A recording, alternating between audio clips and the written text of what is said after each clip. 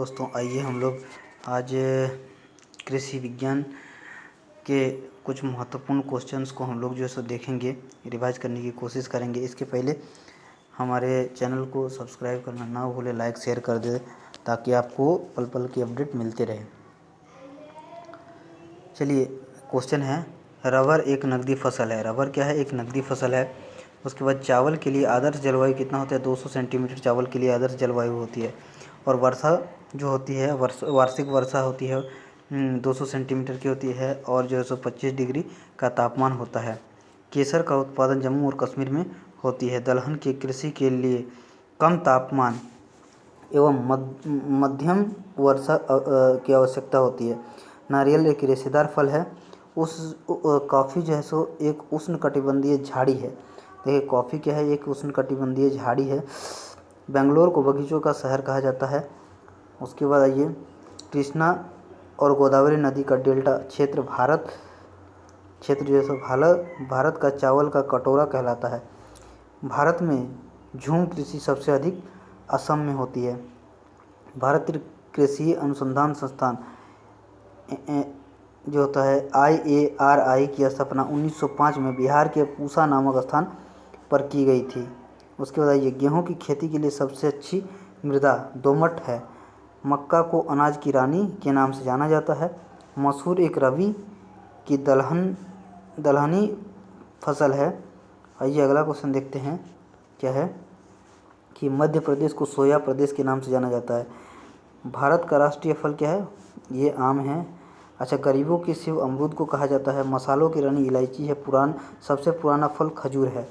आइए अगला क्वेश्चन हम लोग देखते हैं, क्या है कि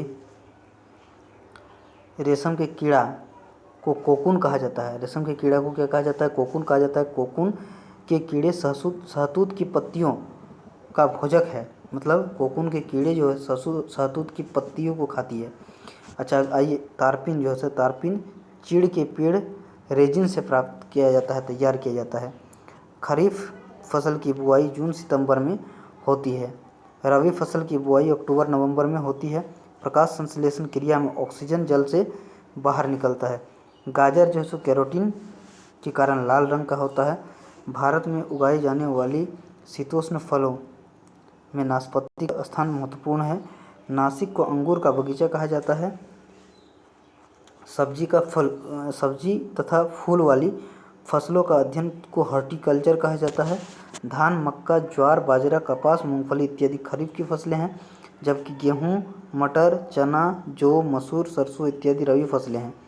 ये अगला क्वेश्चन देखते हैं कि लहसुन में गंध जो होती है वो किसके कारण होती है? एलाइसिन के कारण होती है। और मिर्च में लाल रंग का कारण क्या है? कैप्सेंथीन।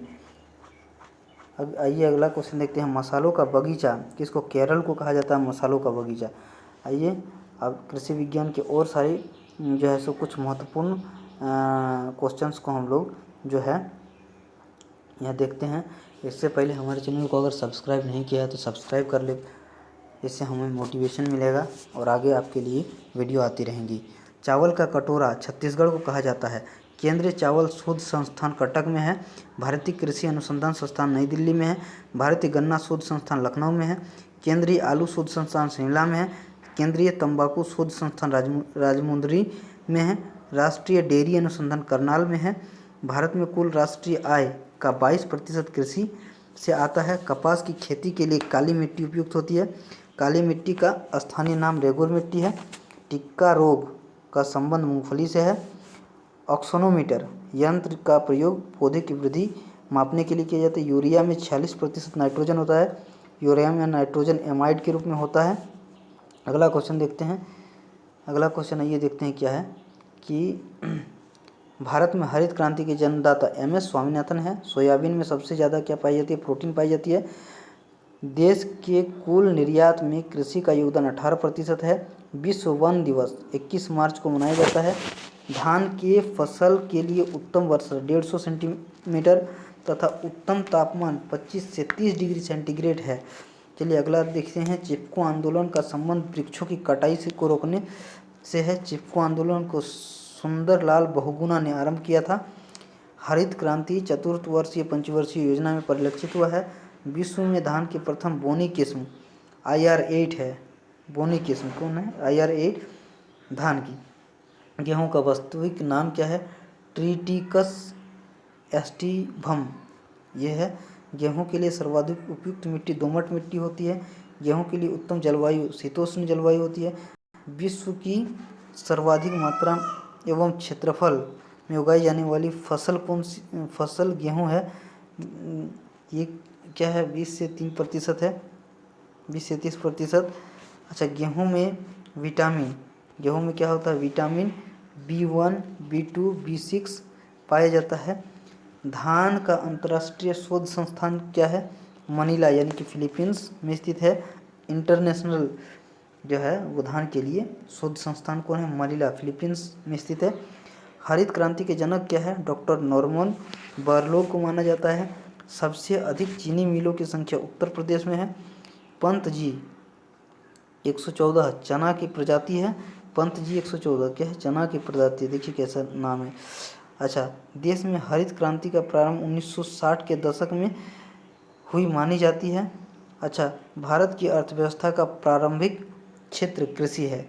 चलिए अगला हम लोग क्वेश्चन देखते हैं। चैनल को अगर सब्सक्राइब नहीं किए तो प्लीज़ सब्सक्राइब कर दें। अगला क्वेश्चन, फल संबंधी अध्ययन को पोमोलॉजी कहा जाता है। बोना पौधा उगाने की कला को बोनसाई कहते हैं। सर्वप्रथम ब्रिटिश सरकार ने 1894 में एक वन नीति अपनाई थी। कृत्रिम वर्षा का आधार प्रोपिलीन ऑक्साइड गैस है। रोग ब्लास्ट का संबंध धान से है। कृत्रिम रेयान सिल्क कहलाता है। अल्फांसो आम का एक प्रकार है। मशरूम एक फंजाई है। सिल्क का सबसे बड़ा उत्पादक देश चीन है। सेरीकल्चर रेशम कृषि उत्पादन से संबंधित है। पूसा मेनेस्टी पपीता की एक प्रजाति है। भारत में सर्वाधिक क्षेत्रफल पर आम है। उसके बाद सर्वाधिक क्षेत्रफल पर क्या है? आम है भारत में। लेकिन सब्जी उत्पादन में विश्व में भारत का स्थान द्वितीय है। देखिए सब्जी उत्पादन में भी विश्व में भारत का स्थान द्वितीय है। पूसा मुक्ता पत्ता गोभी का एक प्रमुख किस्म है। पूसा मुक्ता जो है पत्ता गोभी का एक प्रमुख किस्म है। मिर्च में लाल रंग कैप्सेसिन के कारण